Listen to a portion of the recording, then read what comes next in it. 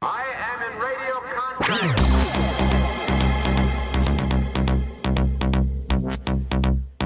What kind of people are we? I am in radio contact.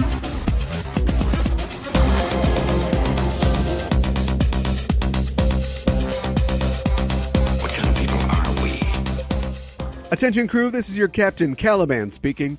This is a supplemental episode of Enterprising Individuals where we bring you news and tidbits from the world of Trek.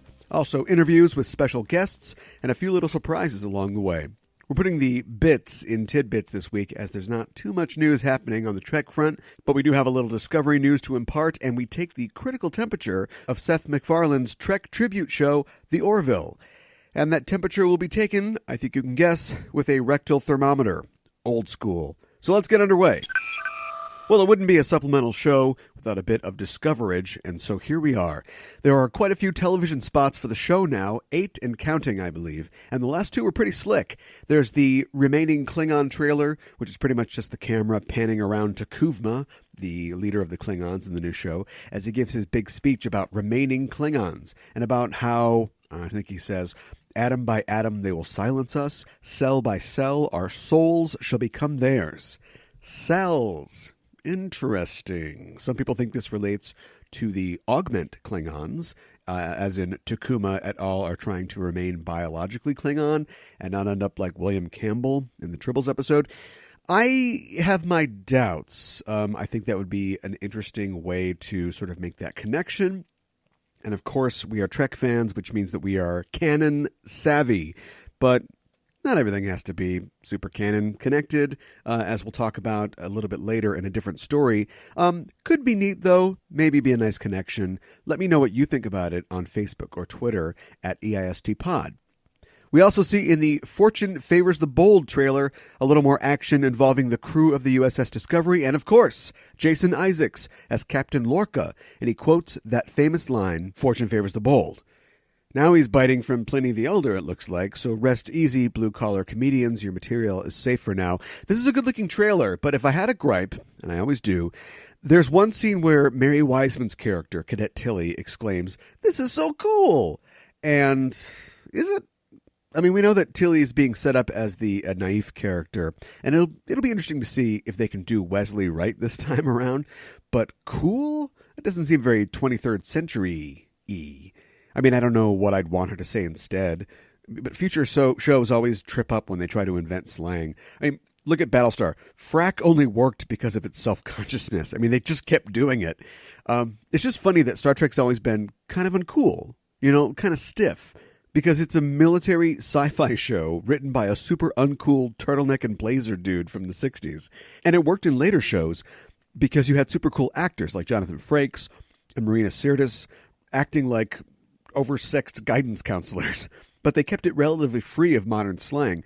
And like the 1 or 2 times that something got through, it did feel weird. There's one scene in TNG, I think maybe it's in Captain's Holiday, where Troy finally convinces Picard to take a break and go to Risa.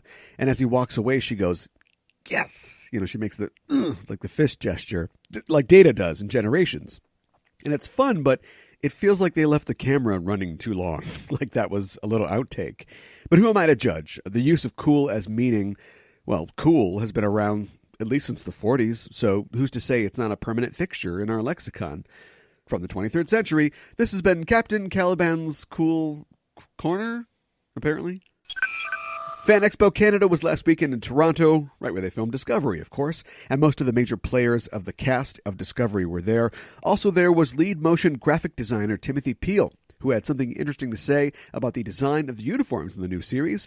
The uniforms of Discovery's crew are uniformly, blue, as we've seen, but in reference to the production, he said, quote, "They are sort of restricting all the color schemes, and they will slowly advance and become more colorful as we get closer to the original series, and for other reasons I can't repeat," end quote.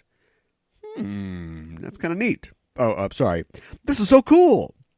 I mean, I don't need them to explain why the uniforms are different or why the Klingons look weird. It's a TV show. I understand completely that it's a TV show. It's not real. It's all real. Oh my God, I knew it. I knew it. I knew it. I mean, it seems to bear up the idea that a more simplistic aesthetic of the Enterprise jumpsuits from Star Trek Enterprise will move into the plain jacket look of the cage, and that'll lead into a little more color for the original series going forward. But again, it's a TV show. I mean, they need to wow people. Variety did a cover story this week on Discovery, and they reported that each episode of the show cost $8 to $8.5 million, which is a lot for a TV show, and all that money has to go somewhere. But whatever. It's a semi-formal Navy in a post-scarcity society that can essentially make clothes with a wave of their hand. I mean, they change uniforms like 3 times in the course of just going from TNG to Nemesis, so it all tracks. No word yet about the inclusion of the famous scants, however. They look like dresses. That is an incredibly outmoded and sexist attitude. I'm surprised at you. Besides, you look good in a dress. If you were any other man, I would kill you where you stand. Well, the reviews are coming in for Seth MacFarlane's Trek-like show, The Orville, ahead of its September 10th release date. And I hope the shields are up because the ship's taken a few hits. The new show is currently sitting at 22% on Rotten Tomatoes and at 34% on Metacritic, with most naysayers citing the frat boy humor and perplexing tone to be detractions. Specifically the fact that it's trying to be a lot more serious than a typical MacFarlane joint. David Nemetz of TV Line said of it, "The Orville feels like a vanity project, plain and simple, and while it might be fun for MacFarlane to run around shooting phasers and playing Captain Kirk, it's not much fun to watch." David Wygant of the San Francisco Chronicle had bad things to say as well, calling out MacFarlane as a subpar leading man and scratching his head at the show's attempts to play it straight. General consensus seems to follow along those lines, and the show is billed as a dramedy, but critics seem to agree it's not funny enough or serious enough. Is it my turn? I've never been a fan of MacFarlane's, really, whether he's being tongue-in-cheek, see Family Guy, or sincerely earnest, see his Swing albums. As the show hasn't premiered yet, there's not an audience score to offset these low critic scores, but it doesn't look like there's much of a future for this future. Or there is, who knows? Family Guy was canceled like twice and came back. MacFarlane's definitely got a picture of Rupert Murdoch eating a baby or something, so it's anyone's guess if this show will get a second season or finish its first. Hey, loving Star Trek and wanting to make a Star Trek show is totally understandable, but it's not easy. Ask Gene Roddenberry. He tried to do it like 10 more times after Trek and then basically got thrown off of his own movies and TV show. But I say stick to your strengths. You like dirty jokes? And you like reference humor? Find a way to do that in the 24th century. Look at Other Space. No, seriously, look. Except you can't because no one did, and now it's gone, and that's why we can't have nice things. Let's take a quick trip back to Discovery for a minute as I once again urge you to check out David Mack's new book, the first book to be written as a tie-in to Star Trek Discovery, Desperate Hours. No, not the Michael Cimino movie. This is a novel about Lieutenant Michael Burnham, who gets promoted to acting first officer of the USS Shencho and must protect a Federation colony that is under attack by an ancient alien vessel that has surfaced from the deepest fathoms of the planet's dark, uncharted sea. That is so cool! It's set a year before the events of Discovery, and according to Mack Attack, I'm going to start calling him Mack Attack, and if he wants me to stop, he can tell me personally, it's set 1 year after the Enterprise's mission to Talos 4 under Captain Jeffrey Hunter, as depicted in the cage, with the jackets. So, 3, 7, carry the 1. Yeah, that's 10 years before TOS. Mack Attack, sticking with it, is an incredible author. He's written a ton of Trek books, and he knows his stuff, so you're not going to want to miss this. I'll include a link in the show description to where you can go to reserve your copy. It's available on Amazon. It's coming out December 26th. It's Desperate Hours, now 100% Mickey Rourke free. Well, listeners, we are desperate for your input. Please join us on our social media at facebook.com/EISTpod, or find us at EISTpod on Twitter, or through our social media links on enterprisingindividuals.com. You can also reach the show at EISTpod@gmail.com with feedback and suggestions, or to just say hello, or please stop calling me Mack Attack. We're waiting to receive your transmission.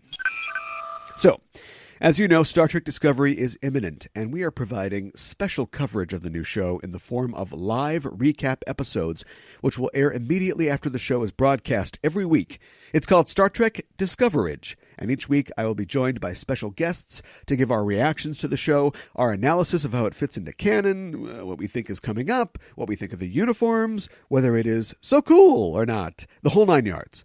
Follow us on Twitter at EISTpod to get announcements of when we're going live. And if you can't catch us live, the discovered shows will be available after broadcast on our Patreon page. And you, too, can become a crew member for the show by going to patreon.com/EISTpod and signing up to receive exclusive subscriber content, like our discovered shows, my DS9 recap episodes, my Klingon Christmas Carol rehearsal diary, and much more. Just go to patreon.com/EISTpod. Anything you can contribute would be appreciated and would help keep us flying. Thanks. And that's it for this supplemental episode of Enterprising Individuals. If you're an iTunes listener and you haven't yet, why not look us up on iTunes and make sure that you're subscribed to the show? Also, write us a little review if the spirit moves you, and give us a rating at the very least. We'd appreciate it. If you're not on iTunes, you can still subscribe to the show on Google Play or Stitcher or wherever you get our show from, and if you leave positive comments and ratings on those platforms as well, we would be eternally grateful. Next time on Enterprising Individuals. It's not easy being a kid on the USS Enterprise. What with the Romulans trying to blow you up every week, Alexander setting fire to the alien zoo, and adults basically expecting the computer to be your babysitter. It's enough to make Clara imagine a new friend, except this mean girl's got blown-out hair, glowing red eyes, and murder on her mind. Returning guest Mikan Hana of the Just Enough Trope podcast joins me next week for a Next Generation episode that's in an area not designated for children. And Alexander's Klingon pimp cup is the first casualty. Not cool, Isabella. Its imaginary friend, next time on Enterprising Individuals. And until then, I'm your Captain Caliban, signing off and saying, live long and prosper.